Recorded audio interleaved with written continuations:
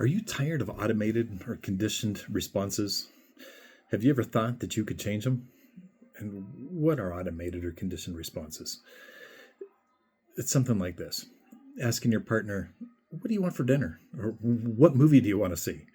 Or "What would you like to do on your day off?" Inevitably, always, 100% of the time, they're going to answer you with this response: "I don't know. What do you want to do?" No, I don't know your partner. We've never met. But I can tell you that I do know human behavior. I also know that when you walk into a hardware store or a store in itself and somebody approaches you and asks you, "Can I help you?" I know that your response is going to be, "Just looking." Probably. Am I right? Yeah. You're thinking about it because you know it's true. Why do we give these responses? Why is it that human behavior creates this for us? Well, I'll tell you why. It actually makes us feel smarter, like we know what to answer because we don't know what to answer. It gives us a blow off and a reason to get away from the question. It makes us feel smarter. Isn't that funny?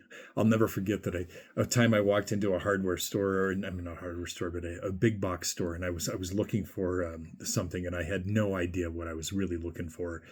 And I waited around, and I waited and I waited and I waited for a half an hour. And a salesperson finally approached me and they said, "Can I help you?" In which I responded, "Just looking." The salesperson turned away and so did I. I never spent any money in that store. By the way, that store is out of business now. Don't be out of business. Are you asking questions that are triggering these automated or conditioned responses? Is that what you're asking? Like, "Can I help you?" Or "What do you want for dinner?" Or when you're calling on the phone and you just spill your pitch to them, and of course they turn to you and say, "Not now," or maybe just hang up on you. A salesperson today has to stand apart. They have to get past the automated responses. They've got to get past those conditioned things. And they're conditioned responses because they're conditioned behaviors. They're being asked the same question over and over again. So you've got to stand apart from that by asking the different questions if you want the different responses. We've all been told it's a numbers game, but what if you change the game? Don't you change the numbers? And that's really what we're trying to do here. Instead of asking, "Can I help you?" ask them, "What direction can I point you in?" It makes them stop and think, doesn't it? Now they can't just say "just looking" because it doesn't make sense in that thing. When you ask your partner, "What do you want for dinner?" Instead of asking that question, ask them, "Would you like Italian or Mexican tonight?" It makes them stop and think.